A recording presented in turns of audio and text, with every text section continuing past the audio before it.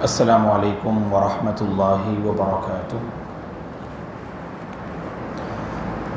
الحمد للہ رب العالمین والعاقبۃ للمتقین والصلاة والسلام علی رسولہ الامین وعلی آلہ وصحبہ اجمعین ومن تبعہ بإحسان الی یوم الدین، اما بعد فاعوذ باللہ من الشیطان الرجیم۔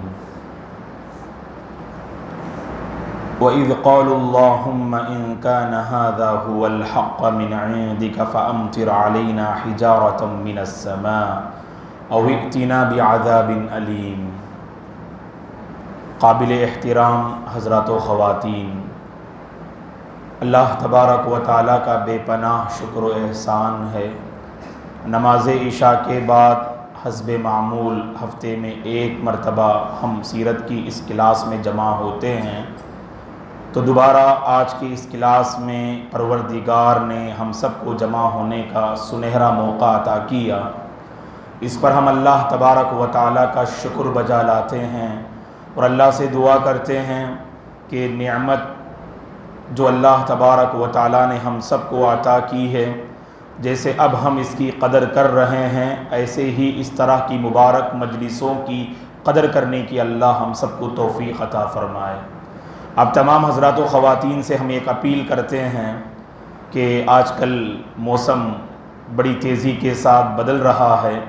بدلتے اس موسم میں ہفتے میں ایک مرتبہ آپ کی حاضری واللہ ہمارے لیے بہت بڑی نعمت ہے، تو اسی لیے آنے والے دنوں میں بھی اگر موسم کچھ بدلا محسوس کریں تو اس کلاس سے غیر حاضر ہونے کی کوشش نہ کریں۔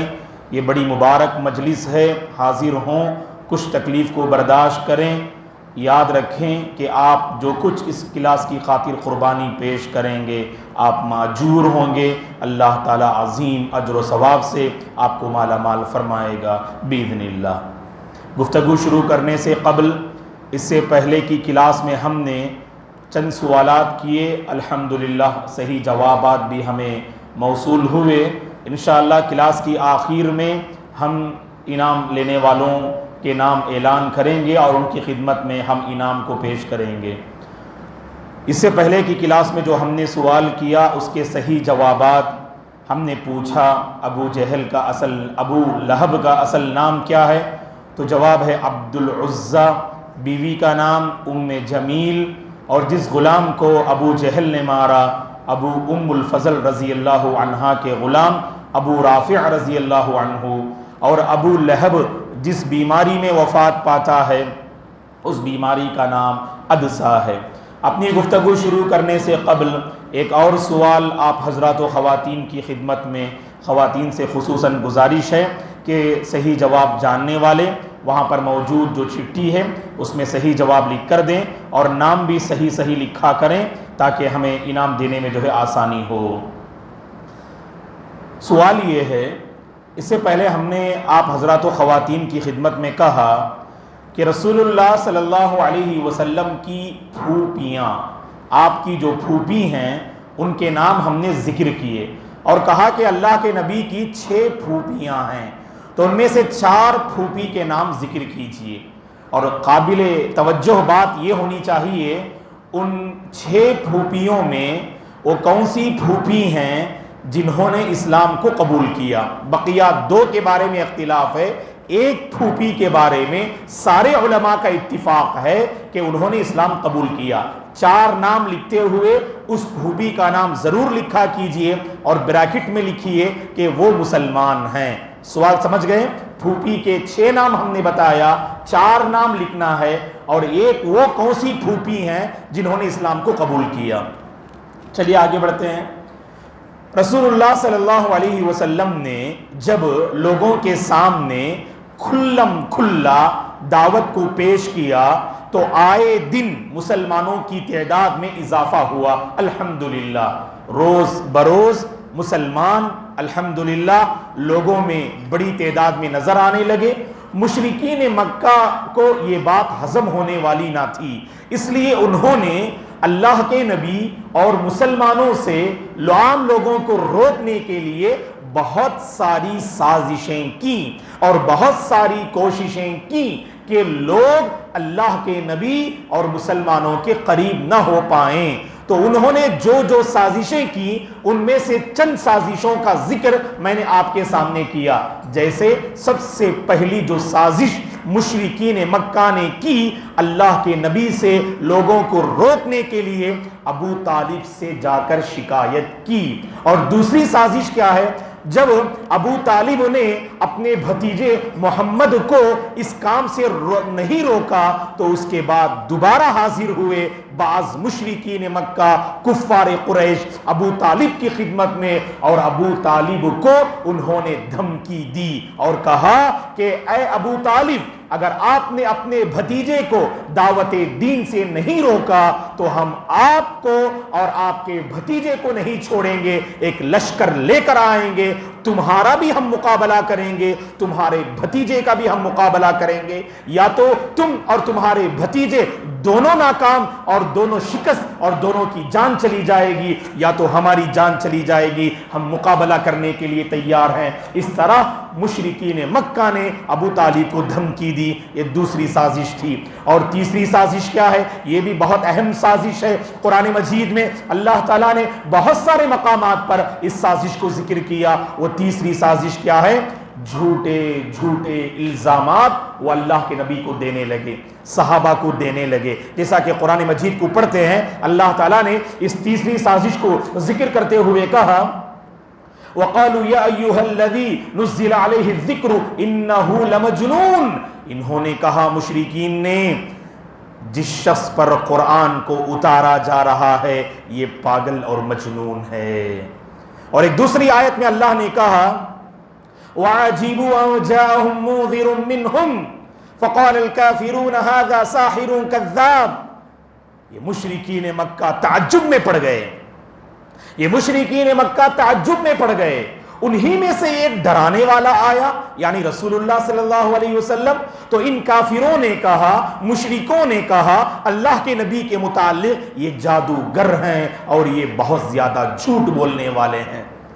اور ایک مقام پر اللہ تبارک و تعالیٰ نے فرمایا ان تتبعون الا رجلا مسحورا، اے مسلمانوں سن لو، جس کی تم پیروی کر رہے ہو اس شخص پر جادو کیا گیا ہے، وہ جادو میں مبتلا ہے، ایسے جادو میں مبتلا شخص کی تم پیروی کر رہے ہو۔ اس طرح لوگوں نے اللہ کے نبی سے لوگوں کو روکنے کے لیے مختلف قسم کے الزامات، جھوٹے جھوٹے الزامات لگائے۔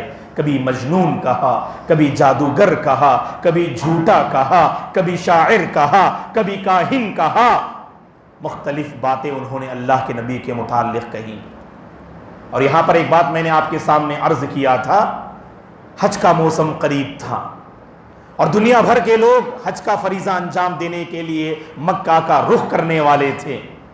اب مشرکین اور کفار قریش کی ایک میٹنگ ہوتی ہے، اس میٹنگ میں یہ بات طے کرنے کی کوشش کرتے ہیں ہم میں سے ہر کوئی محمد صلی اللہ علیہ وسلم کے بارے میں الگ الگ باتیں کر رہا ہے، ایسا کیوں نہ ہو ہم سب کی باتیں ایک ہو جائیں تاکہ لوگوں کو آپ سے روکنے میں ہم کامیاب ہو جائیں۔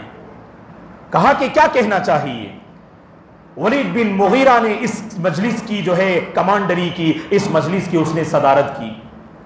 بعض مشرکین نے کہا کہ اللہ کے نبی کو شاعر کہنا چاہیے، بعض مشرکین نے کہا کہ اللہ کے نبی کو جھوٹا کہنا چاہیے، بعض مشرکین نے کہا کہ اللہ کے نبی کو کاہن یعنی غیب کی باتیں اور غیب کا دعویٰ کرنے والا کہنا چاہیے۔ مختلف باتیں وہاں پر آئیں اور بعض مشرکین نے کہا کہ نعوذ باللہ اللہ کے نبی کو مجنون یعنی پاگل کہنا چاہیے۔ ہر ایک بات کو ولید بن مغیرہ نے یہ کہہ کر رد کر دیا، نہ آپ شاعر نظر آتے ہیں، نہ آپ نے کبھی جھوٹی بات کہی، اور نہ ہی آپ جو ہے پاگل پن والی باتیں کرتے ہیں، اور نہ ہی آپ کاہنوں جیسی بے تکی اور بے ربط باتیں آپ کرتے ہیں۔ اس طرح ہر بات کو اس نے رد کر دیا۔ تو لوگوں نے پوچھا بتاؤ کہ تم کیا کہتے ہو ولید بن مغیرہ؟ ولید بن مغیرہ نے تھوڑی دیر غور کیا اور کہا میں نے قرآن مجید کو سنا، اس نے قرآن مجید کو ان الفاظ میں بیان کیا ان لہ لحلاوہ وان علیہ لطلاوہ وان اعلاہ لمثمر وان اسفلہ لمغدق فانہ یعلو ولا یعلی علیہ۔ ولید بن مغیرہ نے کہا میں نے قرآن مجید کو سنا، قرآن مجید میں ایک مٹھاس ہے، قرآن مجید میں ایک لذت ہے، قرآن مجید کی جڑ مضبوط ہے، قرآن مجید کی شاخیں پھلدار ہیں۔ یہ قرآن مجید ہمیشہ غالب رہے گا اور کبھی مغلوب نہیں ہوگا، یہ کہہ کر وہ آگے بڑھ جاتا ہے، اپنے گھر کی طرف رخ کرتا ہے۔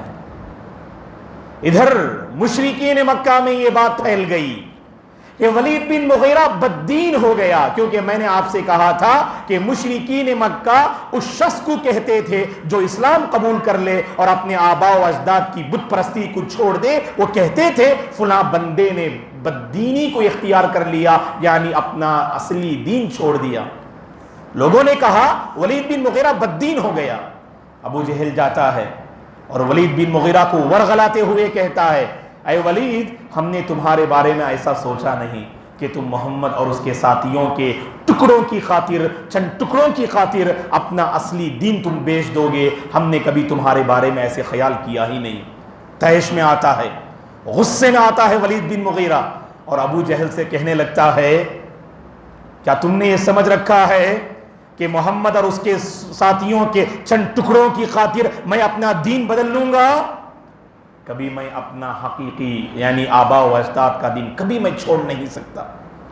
اور اس کے بعد لوگوں نے پوچھا کہ بتاؤ تو صحیح، اس جو ہے محمد کے بارے میں تم کیا کہتے ہو؟ اللہ نے سورہ مدثر پڑھ کے دیکھیے، اللہ نے چند آیتوں میں اس کا پورا نقشہ بیان کیا۔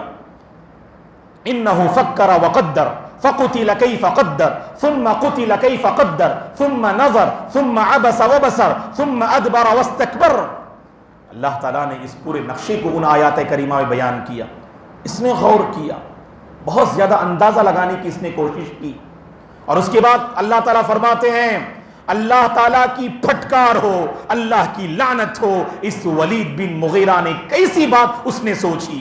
پھر اللہ فرماتے ہیں اس نے سوچا، اللہ کی لعنت ہو، کیسی بات اس نے سوچی۔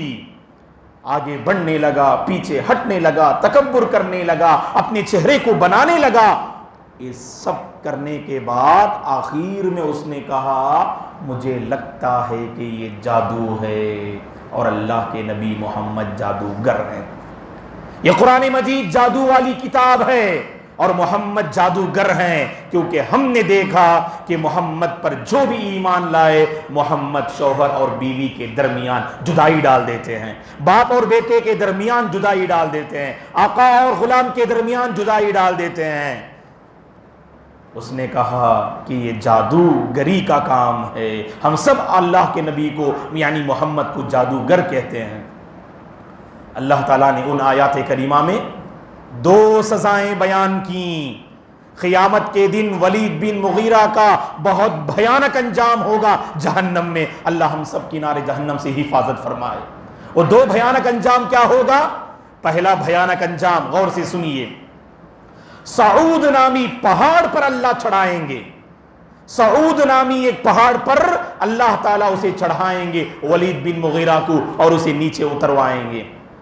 سأرهقه صعودا، یہ سعود نامی پہاڑ کے متعلق امام ترمذی رحمۃ اللہ علیہ نے اپنی کتاب میں اس حدیث کو نقل کیا، سعود نامی پہاڑ آگ سے بنا رہے گا اور اس میں چڑھنے کی مدت 70 سال کی ہوگی اور اس میں اترنے کی مدت 70 سال کی ہوگی۔ اس پہاڑ پر چڑھنا اترنا اس کا کام ہوگا۔ اور دوسرا انجام جو اللہ نے بیان کیا، سقر نامی وادی میں اللہ تعالیٰ اس ولید بن مغیرہ کو داخل کریں گے، سأسلیہ سقر وما ادراک ما سقر۔ اے لوگو جانتے ہو یہ سقر نامی وادی، جہنم کی وادی، جہنم کی جگہ کیسے رہے گی؟ اللہ نے کہا لا تبقی ولا تذر لواحۃ للبشر، یہ سقر نامی جہنم کسی کو نہ باقی رکھے گی اور نہ کسی کو چھوڑے گی، یہ کھال کو جھلسا کے رکھ دے گی، کھالوں کو ختم کر کے رکھ دے گی۔ علیہا 19، اس سقر نامی وادی پر اللہ تعالیٰ اس جہنم پر 19 داروغے فرشتوں کو اللہ مقرر کریں گے سزا دینے کے لیے۔ اور دوستو اللہ ہم سب کی حفاظت فرمائے۔ سقر نامی وادی ہے نا، قرآن مجید پڑھتے جائیے. اللہ تعالیٰ نے اسی صورت میں آخر میں فرمایا سقر نامی جہنم میں ولید بن مغیرہ ہی داخل نہیں ہوگا بلکہ ان میں داخل ہونے والوں میں سر فہرست وہ لوگ بھی ہوں گے جو نماز میں غفلت برتتے ہیں، جو نماز میں سستی کرتے ہیں، جو نماز نہیں پڑھتے ہیں. اللہ تعالیٰ نے قرآن مجید میں کہا جب جنتی جنت میں چلے جائیں گے، جہنمی جہنم میں چلے جائیں گے، یہ جنتی جہنمیوں کو دیکھ کر پوچھیں گے اے جہنمیوں سقر نامی جہنم میں تمہیں کس چیز نے داخل کیا؟ اللہ کی پناہ، اللہ کی پناہ. یہ جہنمی کہیں گے سب سے پہلا جو ریزن ذکر کریں گے قالوا لم نک من المصلین، یہ جہنمی کہیں گے ہم نماز پڑھنے والوں میں سے نہ تھے. اللہ ہم سب کو نمازی بنائے، 5 وقتہ نمازوں کی پابندی کرنے کی اللہ توفیق عطا فرمائے. اللہ ہماری خواتین کو بھی گھر میں 5 وقتہ نمازوں کی پابندی کرنے کی توفیق عطا فرمائے. بڑا نازک مسئلہ ہے دوستو، یہ کوئی ایسا مسئلہ نہیں کہ جس کو ہم نظر انداز کر سکیں. اللہ کے نبی نے، اللہ تعالیٰ نے قرآن میں کہا کہ سقر نامی جہنم میں جانے والے بے نمازی ہوں گے جو دنیا میں نماز سے غفلت برتتے تھے. چلیے آگے بڑھتے ہیں.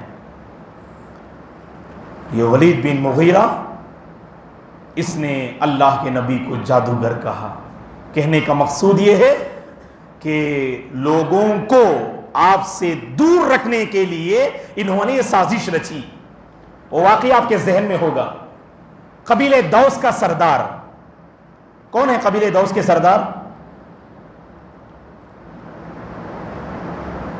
ابو ہریرہ رضی اللہ عنہ، جنہوں نے سب سے زیادہ حدیث روایت کی وہ بھی اسی قبیلے سے ہیں. ایسے ہی جنرل سوال کر رہا ہوں میں آپ سے، کیا کوئی جانتے ہیں آپ میں سے حضرت ابو ہریرہ رضی اللہ عنہ نے کتنی حدیثیں روایت کی؟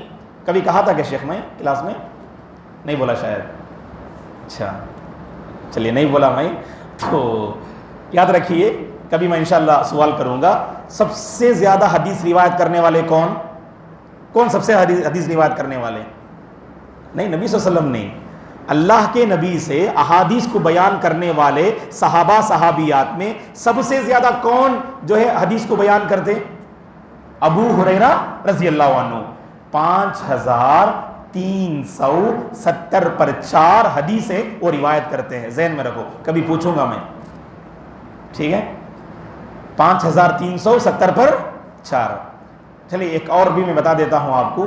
دوسرے نمبر پر آنے والے کون ہیں یہ بتا سکتے ہیں؟ سب سے زیادہ حدیث روایت کرنے میں فرسٹ پوزیشن ابو ہریرہ رضی اللہ عنہ. سیکنڈ پوزیشن میں کون آتے ہیں جی؟ نہیں، عبداللہ بن عباس نہیں، وہ تقریباً جو ہے 5th پوزیشن میں آتے. انس رضی اللہ عنہ نہیں، وہ تقریباً 4th میں آتے. سیکنڈ میں کون جی؟ نہیں، عائشہ رضی اللہ عنہ اس کے بعد آتی ہیں. ایک نام چھوڑ دے رہے ہیں آپ، بہت مشہور صحابی جی، بارک اللہ فیک. کون؟ نہیں، ابو بکر رضی اللہ عنہ. ابو بکر بہت کم روایت کرتے. نہیں، عثمان رضی اللہ عنہ بہت کم روایت کرتے ہیں جی. خواتین سے آواز.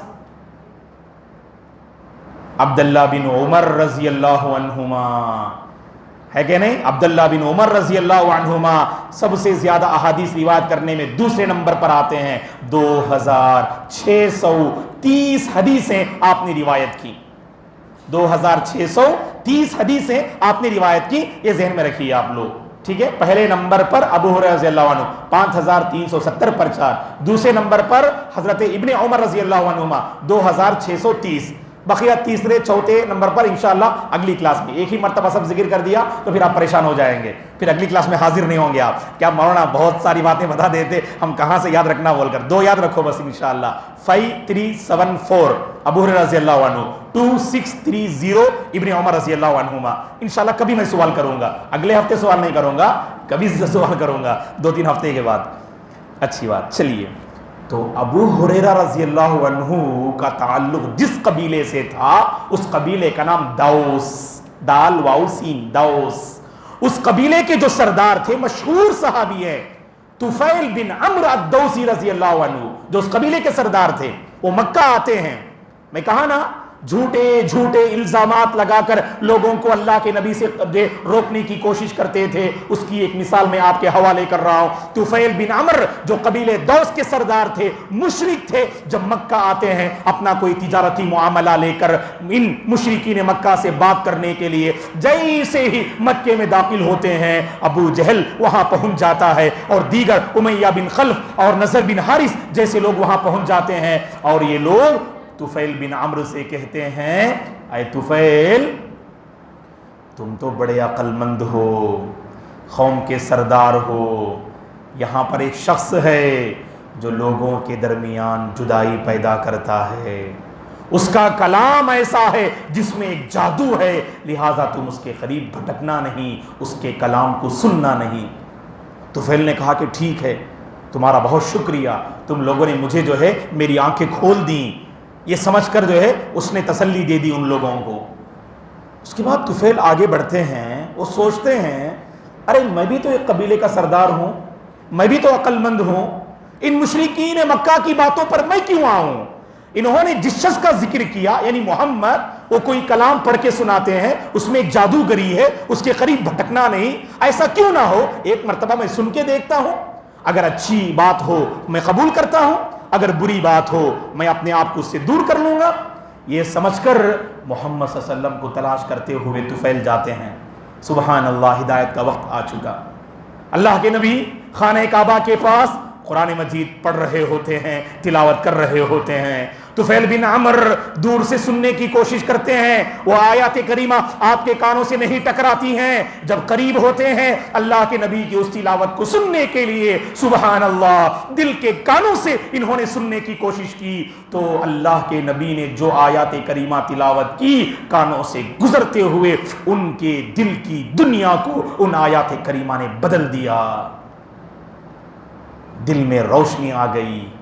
یاد رکھیے، مشرک کا دل تاریک ہوتا ہے، اہل باطل کا دل تاریک ہوتا ہے، بدعتی کا دل تاریک ہوتا ہے، اسے روشن کرنے کے لیے اسلام کی طرف، حق کی طرف اور سنت کی طرف لوٹنا ہے۔ دوستو اپنے دلوں کو کبھی تاریک مت کیجیے گا، اپنے دلوں کو ہمیشہ روشن رکھا کیجیے گا، یہ روشنی آپ کو بتائے گی صحیح راستہ کیا ہے، غلط راستہ کیا ہے۔ اگر آپ غلط راستے میں مبتلا ہو بھی جائیں، یہ روشنی جو آپ کے دل میں پائی جاتی ہے، وہ روشنی آپ کو مجبور کرے گی اس سے توبہ کرنے کے لیے اور صحیح سنت کو اپنانے کے لیے۔ ان بدعتی حضرات کو دیکھیے جو برسوں سے بدعت میں مبتلا ہے، بارہا کہنے کے باوجود بدعت سے توبہ نہیں کرتے، کیونکہ ان کے دل تاریک اور کالے پڑ چکے ہیں، ان کے دلوں میں روشنی نظر نہیں آتی۔ دوستو یہاں دل روشن ہو گیا، اللہ کے نبی کی خدمت میں حاضر ہوئے اور طفیل بن عمر نے اللہ کے نبی سے کہا اے اللہ کے نبی، اے محمد، کہ جس کلام کی تم نے تلاوت کی اس کلام پر میں ایمان لاتا ہوں۔ اللہ کے نبی نے کلمے کی تلقین فرمائی تو وہیں پر آپ نے فرمایا اشہد ان لا الہ الا اللہ واشہد ان محمدا عبدہ ورسولہ۔ طفیل بن عمر نے اسلام قبول کر لیا۔ اللہ اکبر۔ میں اور آپ ہوتے مسلمان ہو گئے نا، بس کافی الحمدللہ۔ ہمارا تقریباً یہی معاملہ ہے، میں سنت پہ ہوں، میرا پڑوسی بدعت پہ ہے، مجھے کیا فکر، میں الحمدللہ توحید پہ ہوں، میرے خاندان میں کوئی شرک کر رہا ہے، مجھے کیا فکر۔ ایسی لاپرواہی کی زندگی مت گزارو دوستو، کبھی آگے بڑھ کے کچھ اچھے انداز سے کہو بھائی یہ بدعت ہے نا، بھائی یہ شرک ہے، توبہ کر لو، صحیح راستے پہ آ جاؤ، کیا پتہ آپ کی بات اس کی آخرت کو سنوار دے۔ طفیل بن عمر نے دیکھا، سبحان اللہ، آئے تھے تجارت کی غرض سے، آئے تھے مشرک بن کر، لوٹ رہے ہیں خالص موحد اور مسلمان بن کر۔ صرف مسلمان بن کے نہیں لوٹتے ہیں، داعی بن کے لوٹتے ہیں، اللہ کے نبی کی اس جو ہے دعوت اور پیغام کو عام کرنے کے سچے جذبے سے لوٹتے ہیں اور جا کے قوم میں خدمت کرتے ہیں۔ دوس کے قبیلے میں سردار دعوت دے رہے ہیں کہ مکے میں ایک شخص آئے ہیں محمد، وہ آخری پیغمبر ہے، اس کے کلام پر تم ایمان لاؤ۔ بہت کم لوگ اسلام قبول کرتے، پریشان ہو جاتے طفیل، پھر آتے مکہ اور اللہ کے نبی سے شکایت کرتے اے اللہ کے نبی میرے قبیلے کے لیے دعا کیجئے، میرے قبیلے والے میری بات نہیں مان رہے ہیں۔ یہ طفیل نے کہا یا رسول اللہ ان دوسا قد عصت فَادْعُوا اللَّهَ لَهُمْ، اے اللہ کے نبی بے شک قبیلہ دوس نے میری نافرمانی کی، میری دعوت کو ٹھکرا دیا، آپ میرے قبیلے کے حق میں دعا کیجئے۔ اللہ اکبر۔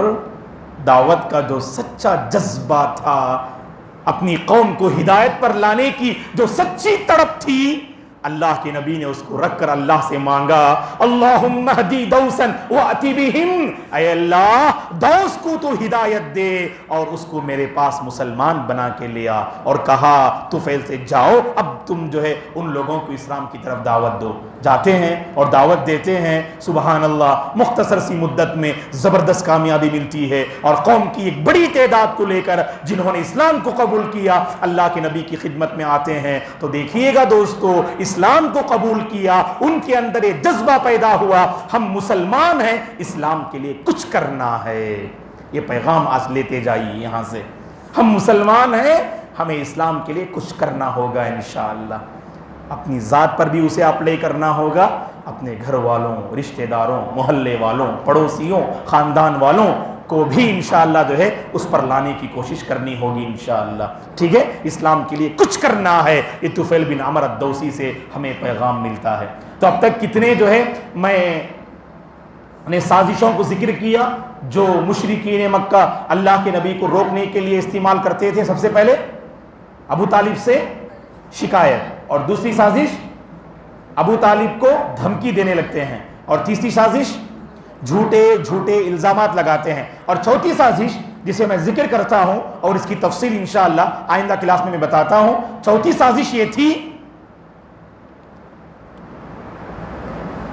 کہ مشرکین مکہ نے اللہ کے نبی سے لوگوں کو روکنے کے لیے اللہ کے نبی کا مذاق اڑایا کرتے تھے، ہنسی مذاق کرنا، تاکہ لوگ اللہ کے نبی کو کوئی اہمیت نہ دے۔ یاد رکھیے دوستو، ایک بندہ خلوص سے کام کرتا ہے، آپ لوگوں میں اس کی عزت کو اور مرتبے کو گھٹانے کے لیے سب کے سامنے ذلیل کرنے کی کوشش کرتے، مذاق اڑاتے، کیا کیفیت گزرے گی؟ قربان جائیے ہمارے حبیب پر، سب کو برداشت کیا دوستو دین کی خاطر۔ ہمارے نبی نے اتنا بڑا مقام جو اللہ کے نبی کو ملا نا، تصور بھی نہیں کر سکتے ہم۔ ہماری عزت پر کبھی کوئی حرف آیا ہے، ہم سب کچھ قربان چھوڑ دیتے ہیں۔ ہم اگر کسی کے سامنے آپ نے کوئی اچھی بات کہی، اس نے ڈائریکٹ آپ کی عزت پہ حملہ کر دیا، آپ کا مذاق اڑایا، فوراً کیا کرتے آپ؟ اس پر برس پڑتے، میں آپ کو جہنم سے بچانے کے لیے آیا ہوں، بھلائی کی بات کرنے کے لیے آیا ہوں۔ ابھی تک تو انداز بہت اچھا تھا، لیکن جب آپ کی عزت کے خلاف اس نے کوئی حرکت کی، اپنے آپ سے بے قابو ہو جاتے آپ۔ ہمارے نبی ایسے نہیں تھے دوستو، ہمارے نبی ایسے نہیں تھے۔ ابھی میں نے ابو لہب کا ذکر کیا اس سے پہلے کی کلاس میں، اس کی بیوی کون؟ ام جمیل۔ جانتے ہیں اللہ تعالیٰ نے خصوصیت کے ساتھ ام جمیل کا ذکر کیوں کیا؟ اہل علم کہتے ہیں اللہ کے نبی کا مذاق اڑانے والوں میں سر فہرست آگے رہنے والی یہ ام جمیل تھی، ہمیشہ اللہ کے نبی کو تکلیف دیتی تھی۔ صحیح بخاری کی ایک حدیث میں آپ کے سامنے پیش کرتا ہوں، غور سے سنیے۔ ایک مرتبہ اللہ کے نبی صلی اللہ علیہ وسلم بیمار پڑ گئے، جس کی وجہ سے 2-3 دن تک آپ تہجد کی نماز پڑھ نہ پائے آپ، اور ان 2-3 دنوں میں اللہ کے نبی پر وحی بھی نازل نہ ہو پائی۔ یہ خبر ام جمیل کو ملتی ہے، ابو لہب کی بیوی کو یہ خبر ملتی ہے۔ وہ ام جمیل موقع کی تلاش میں ہمیشہ رہتی تھی، اللہ کے نبی کو ستانے اور پریشان کرنے کے لیے۔ ام جمیل اللہ کے نبی کی خدمت میں حاضر ہو کر کیا کہتی ہیں جانتے ہیں؟ ام جمیل نے کہا، اے محمد کیا بات ہے، 2-3 دنوں سے تمہارا شیطان تمہارے پاس نہیں آ رہا ہے؟ اے محمد کیا بات ہے؟ صحیح بخاری کی حدیث ہے، 2-3 دنوں سے تمہارا شیطان تمہارے پاس نہیں آ رہا ہے، تمہارے قریب بھی نہیں بھٹک رہا ہے، یعنی نہ وحی نازل ہو رہی ہے، نہ فرشتے آ رہے ہیں تمہارے پاس۔ کیا بات ہے؟ کیا تمہارا رب تمہیں چھوڑ دیا؟ تمہارے شیطان نے تمہیں چھوڑ دیا؟ اللہ تعالیٰ نے سورہ زحا کی سورت کو نازل کیا۔ سورہ زحا جانتے ہیں نا آپ؟ کون سی سورت؟ سورہ زحا۔ والضحى واللیل اذا سجى ما ودعك ربك وما قلى. یہ آیتیں اللہ نازل کرتے ہیں، اپنے نبی کو تسلی دیتے ہیں. جب جمیل نے مذاق اڑایا، قسم ہے چاشت کے وقت کی، قسم ہے رات کی جب وہ چھا جائے، ما ودعك ربك وما قلى. اے نبی، آپ کے پروردگار نے آپ کو چھوڑا نہیں اور وہ آپ سے ناراض بھی نہیں ہوا. ما ودعك ربك وما قلى. یہ جمیل کہہ رہی ہیں، یہ جمیل کہتی ہے کہ تمہارے شیطان نے تمہیں چھوڑ دیا، تم سے ناراض ہو گیا، تمہارے پروردگار نے تمہیں چھوڑا نہیں اور ناراض نہیں ہوا. مذاق اڑانے کی حد ہو گئی دوستو. اور جانتے ہیں آپ، ابو جہل نے ایسی بات کہی، اللہ کی پناہ کہ اس سے آسمان پھٹ جائے. اس نے اللہ کے نبی اور قرآن مجید کا مذاق اڑاتے ہوئے کہا. اور اس موقع پر جو آیت کریمہ نازل ہوئی وہ انشاءاللہ آئندہ کلاس میں ہم معلوم کرتے ہیں. اللہ سے ہماری دعا ہے اللہ تبارک و تعالی ہم سب کو رسول اللہ صلی اللہ علیہ وسلم سے سچی محبت کرنے، آپ کی سنتوں کو اپنانے اور آپ کی ایک ایک سنت کو دل و جان سے اپناتے ہوئے زندگی بسر کرنے کی اللہ توفیق عطا فرمائے. اور رسول اللہ صلی اللہ علیہ وسلم پر زیادہ سے زیادہ درود بھیجنے والے بندوں اور بندیوں میں اللہ ہم سب کو شامل فرمائے. اس مجلس میں حاضرین اور حاضرات کی اللہ تبارک و تعالی مدد فرمائے. آپ تمام کی زندگی میں اللہ برکت دے. آپ تمام کو اللہ تبارک و تعالی صحت و عافیت کے ساتھ رکھے. آپ میں سے جو صحت کے مسئلے کو لے کر پریشان ہیں، بیمار ہیں، اللہ تعالیٰ انہیں صحت شفا عاجلہ اور کاملہ نصیب فرمائے. آپ میں سے جو مالی مسائل کو لے کر پریشان ہیں، اللہ تعالیٰ سب کے مالی مسائل کو آسان فرمائے. اور آپ میں سے جو گھریلو مشکلات کو لے کر پریشان ہیں، اللہ تعالیٰ سب کی گھریلو پریشانیوں کو دور فرمائے. ہمارے گھروں میں اللہ برکتیں نازل فرمائے، سکون والی زندگی اللہ نصیب فرمائے. ازدواجی زندگی، معاشرتی زندگی میں اللہ برکتیں نصیب فرمائے. ہماری سوسائٹی کے وہ نوجوان لڑکے اور لڑکیاں جو شادی کے مرحلے میں قدم رکھ چکے ہیں، اللہ ان کے حق میں نیک جوڑے کا فیصلہ جو ہے نیک جوڑے کا انتظام فرمائے اور فیصلے فرمائے. اور جن کی شادیاں ہو چکی ہیں، حقیقی الفت و محبت اللہ ان کی درمیان پیدا فرمائے. اللہ انہیں نیک اولاد سے مالا مال فرمائے. اور اللہ نے ہم میں سے جن کو اولاد سے مالا مال کیا ہے، اللہ ہمارے بچوں کو نیک بنائے، دیندار بنائے، ان کے مستقبل کو اللہ روشن کرے. اور ہمارے یہ ہونہار بچے جو ہفتے میں ماشاءاللہ پابندی سے ہماری اس کلاس میں حاضر ہوتے ہیں، اللہ ان بچوں کے فیوچر کو روشن بنائے. اللہ ان کے علمی سفر کو آسان فرمائے.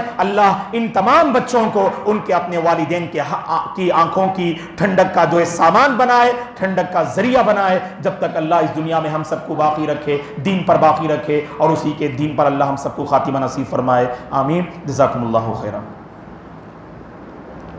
جی، سوال کا جواب دینے والے اللہ کے نبی کی پھوپھیاں. ایک منٹ، اگر خواتین کی جانب سے اگر جوابات جو ہے اگر ہیں تو آپ برائے مہربانی جو ہے کسی بچی کے ذریعے بھیج دیں. جی، اور اس سے سنتے ہیں بیٹا ابھی آپ کا جواب تاکہ وہاں سے چھٹی آ جائے. جزاکم اللہ خیر. تو گزشتہ مرتبہ جو انعام کے مستحق رہے، تو سب سے پہلے دعائے استخارہ کا خصوصی انعام غنی نحیان بن غنی نیاز احمد. تشریف لائیے. نہیں ہے؟ آپ ان کے حوالے کر دیجئے. بارک اللہ فیک. تو دعائے استخارہ کا خصوصی انعام ہے یہ. اور اسی طرح سے حنزلہ بن عظمت اللہ تشریف لائیں.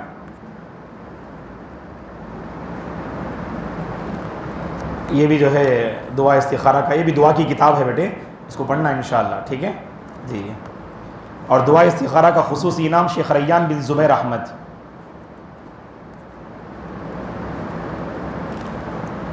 جی ماشاءاللہ. اس کے بعد سوال و جواب کا خصوصی انعام شازیہ بنت گلزار احمد. گزشتہ مرتبہ جنہوں نے صحیح جواب جو ہے پیش کیا تو ان کے خدمت میں انعام پیش کر رہے ہیں. تو ایک اور انعام افراح بنت خلیق الزما. جی ہلو بیٹے، یہ کتاب لے کے چلے جاؤ. جی ایک منٹ. ایک اور انعام سوال و جواب کا خصوصی انعام ماہرہ بنت خلیق الزما. جی اس کے بعد جی یہ 3 جو ہے دے دیجئے، شکریہ۔ اس کے بعد گزشتہ مرتبہ سوال و جواب کا ایک خصوصی انعام شیخ انس بن زبیر احمد، اچھا ماشاء اللہ، بڑی ہمت سے ماشاء اللہ جواب دیتے ہیں۔ اگلی بار سے بچوں کے مطابق انشاءاللہ انعامات دیے جائیں گے، جو پین پنسل وغیرہ جو ان کے اپنے ضروریات کے لیے ہیں انشاءاللہ اس کا لحاظ رکھا جائے گا، کیونکہ اب انس کو جو یہ کتاب پڑھنا مشکل ہے، اسی لیے اگلی بار سے انشاءاللہ اس کا خیال رکھا جائے گا۔ بارک اللہ فیکم۔ محمد عدنان بن ارشاد احمد، تو انہوں نے بھی